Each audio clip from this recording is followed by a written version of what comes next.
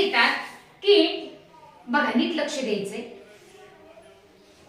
1/5 मध्ये प्रश्न नीट ऐकायचा. 1/5 मध्ये किती वेळेस 1/5 मिळवले तर उत्तर 2 येणार आहे. बघा परत मी काय सांगते नीट ऐका. 1/5 मध्ये 1/5 किती वेळेस मिळवले म्हणजे उत्तर किती येणार आहे? 2 येणार आहे. आपण काय करणार? चल आता माहिती आपल्याला समच्छेद अपूर्णांक.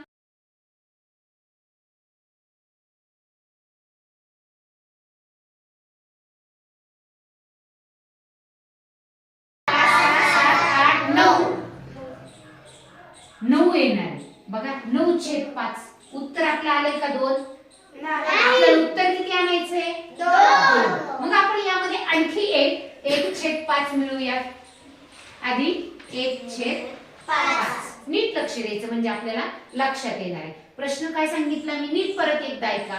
1/5 मध्ये किती वेळेस 1/5 मिळवले तर उत्तर किती येणार आहे? 2. 1/5 मध्ये किती वेळेस 1/5 मिळवावे लागतील म्हणून 1/5 मिळवले जातात.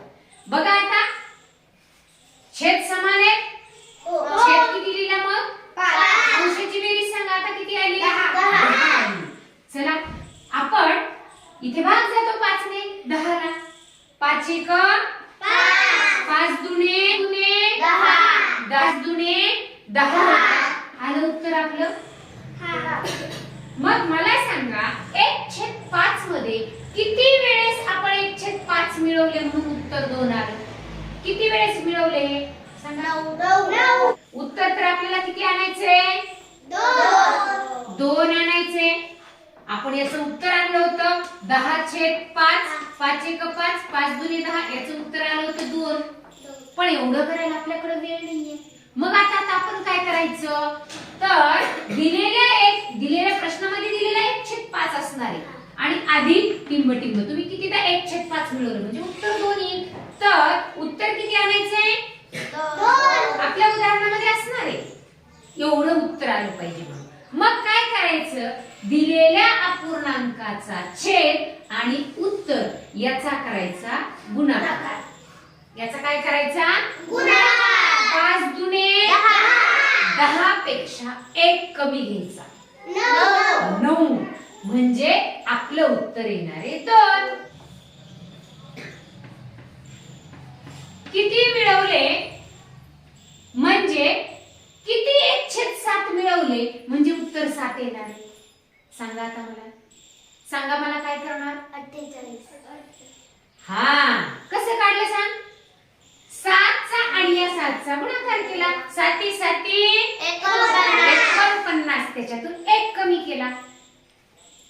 बरोबर आहे. 1/7 मध्ये किती वेळेस 1/7 मिळवले म्हणजे उत्तर आपलं काय येणार आहे?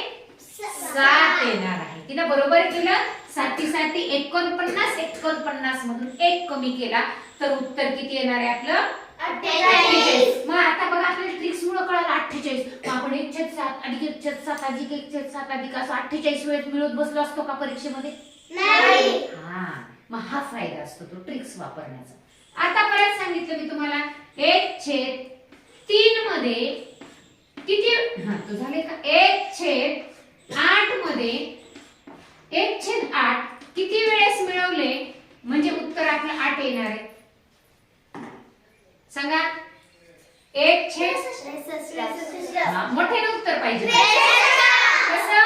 8 8 त्यामधून 1 कमी केला 63. बघा म्हणजे जर आपण लहान लचक करत बसलो 63 वेळेस अधिक करायला आपलं सगळं मान संपून जाईल परीक्षेमध्ये तरी आपलं उत्तरापर्यंत आपण जाणार आहे. म्हणून अशा काही ट्रिक्स वापरल्या तर आपलं काय होतं स्पर्धा परीक्षेमध्ये हे उत्तरापर्यंत आपल्याला काय होतं लवकर जाता येते. लक्षात आलंय? प्रश्न आणि त्याला आपण पटकन कसं सोडू शकतो ही झाली त्याच्यासाठीची ट्रिक्स. छान.